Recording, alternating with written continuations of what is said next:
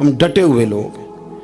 سرکار نے فلاح انسانیت کے لیے جو دوسرا کام کیا نا، وہ لوگوں کو احساس دلایا ہے کہ اگر غلطی ہو جائے تو تم نے بندوں کے سامنے اپنے آپ کو کلیئر نہیں کرنا، تم نے تو رب کے سامنے اپنے آپ کو کلیئر کرنا ہے، اللہ کے سامنے تم نے بچنا ہے کہ میرا گناہ معاف۔ اور حضور احساس پیدا کرتے تھے۔ بخاری شریف میں قبیلہ غامدیہ کی اس عورت کا تذکرہ موجود ہے جو خود آئی تھی، کوئی گرفتار کر کے نہیں لایا تھا، از خود آئی۔ احساس پیدا ہو گیا نا گناہ کا۔ یہاں بہت ساری غلطیاں کر کے بھی لوگ جب اپنی بات کرتے ہیں تو کہتے ہیں کبھی یاد تو نہیں کسی کے ساتھ زیادتی کی ہو، یاد تو نہیں کبھی کسی کا۔ بھئی آپ نے اتنے بڑے ولی ہونے کا دعویٰ کر دیا۔ انسان تو انسان رہتا ہے۔ بڑے بڑے لوگ کہہ گئے کہ یا اللہ اگر انجانے میں بھی بھول گئے ہیں تو ہم سے درگزر فرما، لیکن جب ہم تیار ہی نہیں ماننے کو۔ حضرت انس بن مالک کہتے ہیں وہ خاتون آئی، کوئی پکڑ کے نہیں لایا، کسی 14 دنوں کے ریمانڈ پہ نہیں اسے منوایا گیا، اسے وہ خود بخود آئی، اور کریم محبوب علیہ السلام کے سامنے جب وہ کھڑی ہوئی تو اتنے درد سے میں نے کم لوگ روتے دیکھے ہیں جس درد سے وہ روئی۔ عرض کرنے لگی حضور میں غلطی کر بیٹھی ہوں، مجھ سے زنا ہو گیا، مجھے پاک کر دے۔ تو محبوب کریم علیہ السلام نے فرمایا تو کیسے ثابت کرے گی تو نے گناہ کیا؟ یعنی مجرم کو ثابت کرنا پڑ رہا ہے کہ میں گناہ گار۔ یہ وہ کمال ہے کہ انسانوں کو احساس ہونے لگے کہ یہاں ہم غلط ہیں۔ جب اعتراف جرم ہوتا ہے، جب بیماری کی تشخیص ہوتی ہے تو پھر اس کا علاج بھی ہو جاتا ہے۔ حضرت انس بن مالک کہتے ہیں وہ عرض کرنے لگی حضور میرے پیٹ میں ناجائز بچہ ہے۔ حضور نے فرمایا جا جب بچہ پیدا ہو تو پھر آنا۔ وہ 8 ماہ کے بعد آئی تو اس کی گود میں پھول سا بچہ تھا۔ حضور نے فرمایا واپس جا، جب روٹی کھانے لگ جائے تو پھر آنا۔ وہ 2 سال 2.25 سال دودھ پلاتی رہی، پھر جب آئی تو بچے کے ہاتھ میں روٹی کا ٹکڑا تھا۔ کریم محبوب صلی اللہ تعالیٰ علیہ وسلم سے آ کے جب اس نے بات کی تو وہ درد سے روئی، کہنے لگی یا رسول اللہ 3 سال ہونے کو ہیں، میں نے گناہ کیا ہے، میں ساری رات سو نہیں پاتی۔ حضور تڑپتی، اگر اس حال میں مر گئی تو اپنے رب کو کیا منہ دکھاؤں، مجھے پاک کر دے، میرے حال پہ رحم فرمائے۔ محبوب کریم صلی اللہ علیہ وسلم نے بچہ ایک صحابی کو دیا، فرمایا بچوں کی طرح پالنا، اور کہا اسے لے جاؤ، پتھر مار مار کے اسے سنسار کر دو۔ صحابہ کہتے ہیں اسے پتھر لگ رہے تھے اور حضور بے چینی کے ساتھ ٹہل رہے تھے۔ آ کے خبر دی حضور وہ تو وصال کر گئی، انتقال ہو گیا۔ فرمایا یہاں تک تو بات اس کی تھی۔ حضرت انس بن مالک کہتے اب محبوب کریم نے صحابیات سے فرمایا اسے غسل دو، کفن پہناؤ، جنازہ تیار ہو جائے تو مجھے خبر کرنا۔ حضرت انس بن مالک کہتے ہیں غسل ہوا، کفن ہوا، جنازہ تیار ہوا تو حیران ہم تب ہوئے جب میرے محبوب نے فرمایا صفیں بناؤ، میں خود جنازہ پڑھاؤں گا، میں خود جنازہ پڑھاؤں گا۔ اور سرکار نے جنازہ پڑھایا تو ایک شخص کی زبان سے نکلا حضور اس ملعون کا معاذ اللہ جنازہ جس نے ناجائز بچہ جنا، اس کے لیے آپ دعا کر رہے ہیں، جنازہ پڑھا۔ حضور فرمانے لگے خاموش ہو جاؤ، تم نے گناہ دیکھا ہے، اس کا احساس نہیں دیکھا، تم نے غلطی دیکھی ہے لیکن اس کی توبہ کا انداز نہیں دیکھا۔ اور صاحب کنز العمال نے یہ لفظ نقل کیے ہیں کہ کریم محبوب فرمانے لگے اس نے تو ایسی شاندار توبہ کی ہے کہ اگر میں اپنی ساری امت میں بانٹ دوں تو اللہ سب کی مغفرت فرما دے گا۔ احساس جب پیدا ہو جاتا ہے نا اپنے دل کے اندر کہ یہاں میں غلط ہوں، ان العبد اذا اعترف ثم تاب تاب اللہ علیہ، او کما قال نبی صلی اللہ علیہ وسلم، رواہ مشکات۔ حضور نے فرمایا جب کوئی بندہ کہتا ہے نا اللہ میں بھول گیا تھا، اور پھر وہ توبہ کرتا ہے تو رب اس کی توبہ کو فوراً ہی قبول فرما لیتا ہے۔ پہلی بات یہ کہ عقائد کو مضبوط رکھیں، مضبوط عقائد۔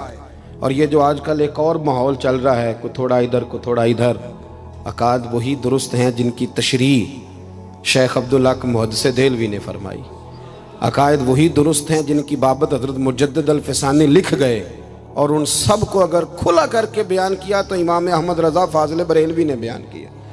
انہی بزرگوں کی باتوں کو کھول کر ہمارے سامنے رکھا۔ مضبوط عقائد کی زندگی گزاریں۔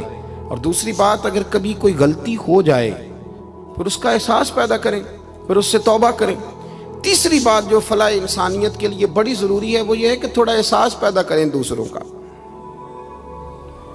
میری زندگی میری ذات سے شروع ہوتی ہے، میری ذات سے، میرے سے ہنس کے بولو، میری بات مانو، میرے پیچھے چلو، میرے آرام میں خلل نہ آئے، میری طبیعت کے مطابق۔ بھئی آپ کی طبیعت کے مطابق چلیں تو پھر تو آپ بہت بڑے خود غرض ہوئے کہ آپ نے صرف اپنے لیے سوچا۔ محبوب کریم کا کمال یہ تھا کہ حضور نہ دوسروں کا بڑا احساس فرماتے تھے۔ آپ بخاری مسلم کی وہ حدیث پڑھیں تو حیران ہو جائیں کہ سرکار فرماتے ہیں میں جب نماز کی نیت باندھتا ہوں تو میرا دل کرتا ہے میں لمبی نماز پڑھاؤں۔ جب میرا کسی کام کرنے کو دل کرے تو پھر میں ساری دنیا کو چلنی پڑے تو میں کر جاتا ہوں، لیکن حضور فرمانے لگے کہ میرا دل کرتا ہے میں لمبی نماز پڑھاؤں، لیکن پھر میرا خیال آتا ہے کہ پیچھے بوڑھے بھی ہیں، بیمار بھی ہیں، بچے بھی ہیں۔ یا رسول اللہ نماز اللہ کی اور خیال بندوں کا؟ فرمایا میں بوڑھوں، بیماروں اور بچوں کا خیال کرتے ہوئے اللہ کی نماز کو مختصر کر دیتا ہوں۔ احساس جب طبیعت ہمارے ہاں نا تیزی کے ساتھ احساس ختم ہوا ہے، تیزی کے ساتھ ہم نے اتنی نفی شروع کی۔ ہمارے تو اہل تصوف میں اللہ ماشاءاللہ اب تربیت کا طریقہ یہ ہے کہ صرف میں ہوں، میرے سوا کوئی بھی نہیں۔ حالانکہ طریقت تو اس کا نام تھا کہ میں نہیں باقی سارے ہی ہیں۔ وہ تو دوسرے کا اثبات کر کے اپنی نفی کرتے تھے، اور یہاں بار بار اپنا اثبات۔ احساس جب پیدا ہوتا ہے، احساس، پھر اس کے اندر توانائی آتی ہے، پھر انسان اپنے لیے نہیں دوسروں کے لیے جینے میں بھی خوشی محسوس کرتا ہے۔ پھر وہ محسوس کرتا ہے کہ میں کوئی ایسا درخت نہیں کہ جس کی نہ شاخیں ہوں نہ پتے ہوں، پھر وہ کہتا ہے میں درخت ہوں پر شجرے سایہ دار ہوں۔ کوئی آئے گا تو پھل بھی کھائے گا، کوئی آئے گا تو چھاؤں میں بھی بیٹھے گا، کوئی آئے گا تو اسے خیر بھی نصیب ہوگی۔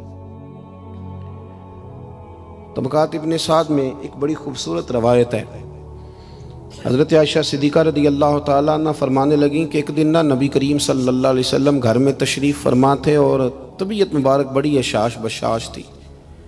جب کبھی عذاب کی آیات آتی تھی تو غم امت میں پریشان ہو جاتے تھے، اور کبھی رحمت کی آیات آتی تو پھر حضور کا چہرہ پہلے سے بھی زیادہ روشن نظر آتا، پھر اللہ کی رحمت کے حوالے سے اور زیادہ خوشبوئیں دنیا میں پھیل جاتی۔